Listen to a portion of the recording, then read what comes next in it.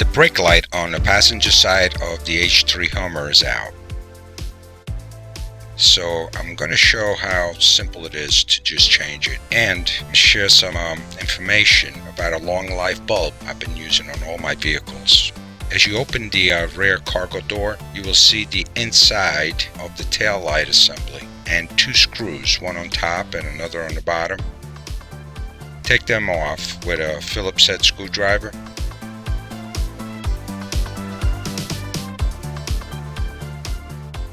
Once they're off, pull out the tail lights slowly. You will see two pegs on the outside that go into the fender. Those help the tail light line up, kind of a clip. There's one on top and another one on the bottom. Just pull straight out, but not too far. You don't want to pull the wires connected to the light bulb sockets. While holding the taillight assembly with one hand, turn the top socket for the brake light to the left, which is counterclockwise, and there's the light bulb. This is a plug type bulb, so just pull it out of the socket. I'm going to replace it with a Wagner BP3157. They're supposed to be long life bulbs, contains Krypton gas, and has extra strong filament, withstanding additional vibration and shock. Just plug it in, and before you put the socket back in, check the rubber gasket around the socket that prevents water from going into the tail light. Look for cracks or splits.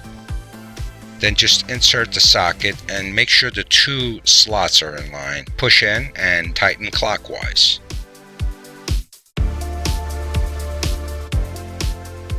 Now line up the tail light and the top and bottom pegs and push in. The two screw holes should line up. Put the screws back on and tighten them up.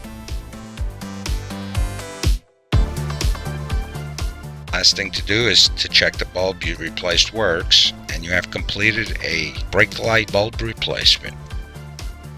See the link in the description for information on the Wagner long life bulbs, and you'll have a great day.